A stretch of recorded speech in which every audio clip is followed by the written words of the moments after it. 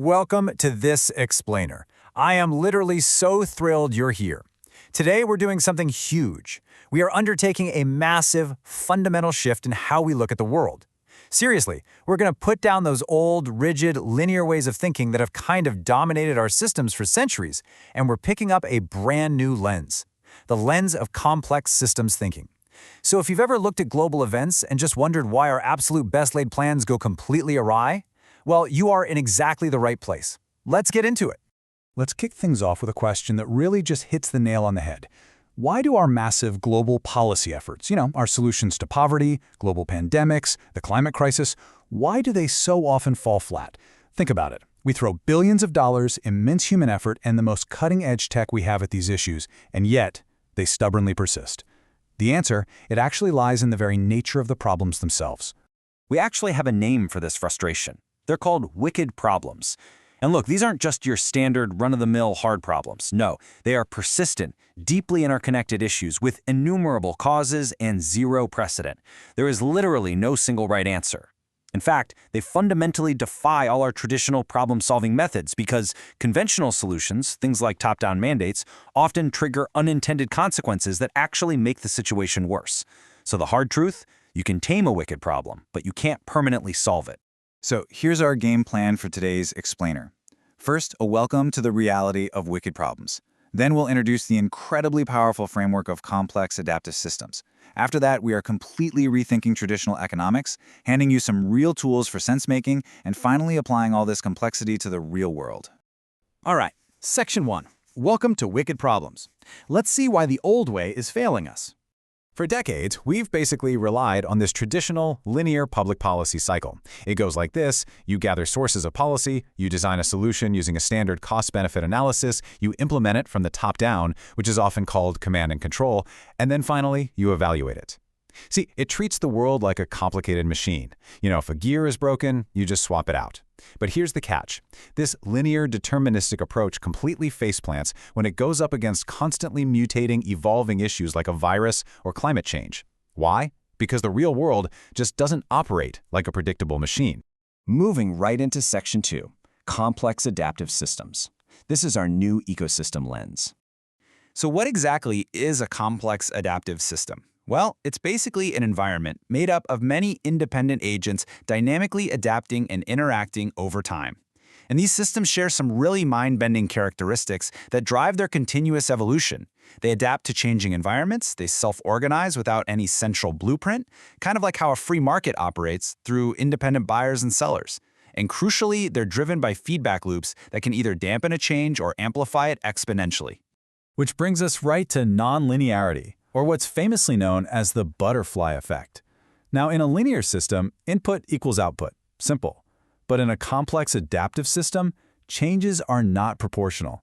A tiny input, like the proverbial flapping of a butterfly's wings in one part of the world, acting on a positive feedback loop, can trigger a massive, completely disproportionate hurricane of a result somewhere else entirely.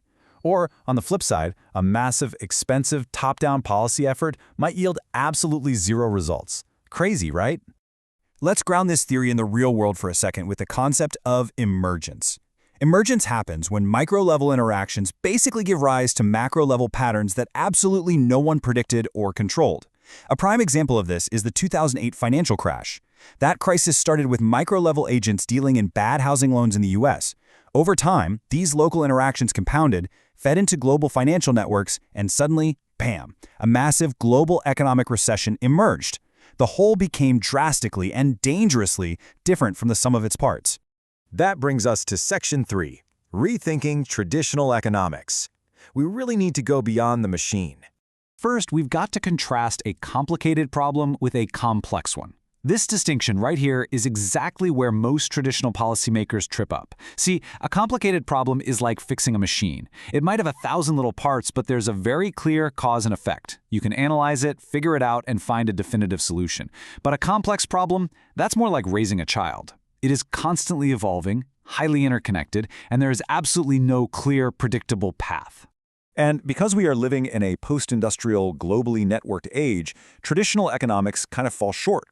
I mean, it assumes closed systems, perfectly rational agents with infinite computing power, and an economy that always magically returns to a linear equilibrium. Complexity economics, on the other hand, recognizes that economies are open systems.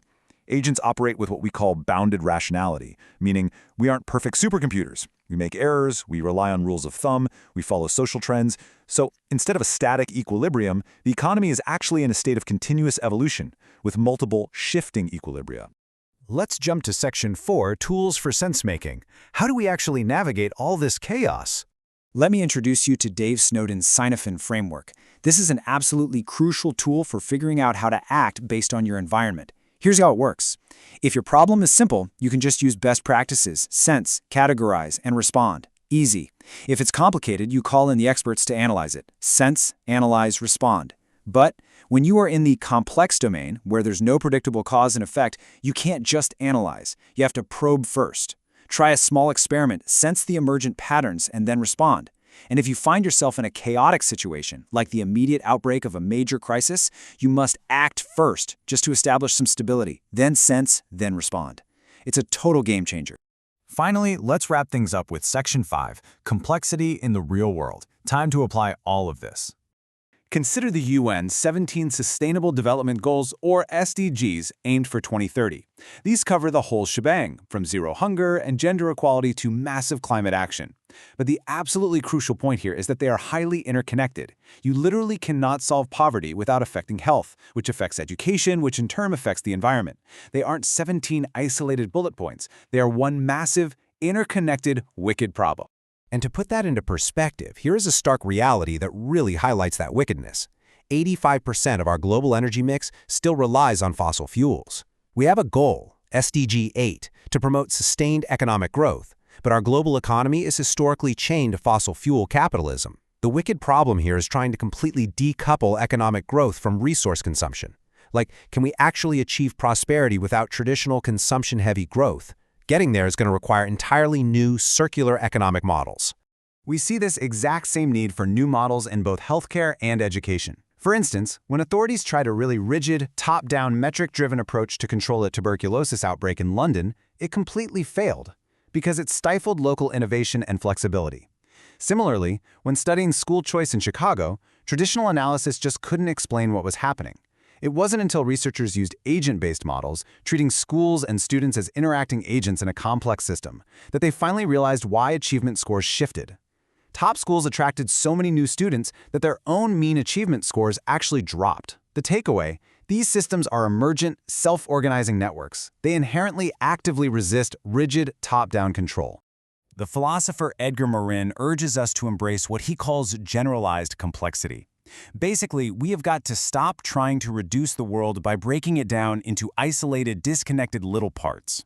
The parts are contained in the whole, and the whole is represented in the parts. Whether we're talking about a local community, a global economy, or the global climate, everything is fundamentally, inextricably intertwined. Which leaves us right here. Complexity tells us that our systems are nonlinear, entirely unpredictable, and constantly co-evolving. We cannot command and control them from the top down anymore. We have to probe, adapt, and learn to navigate them.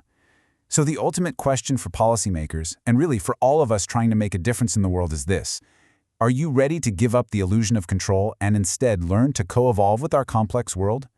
Take that thought with you.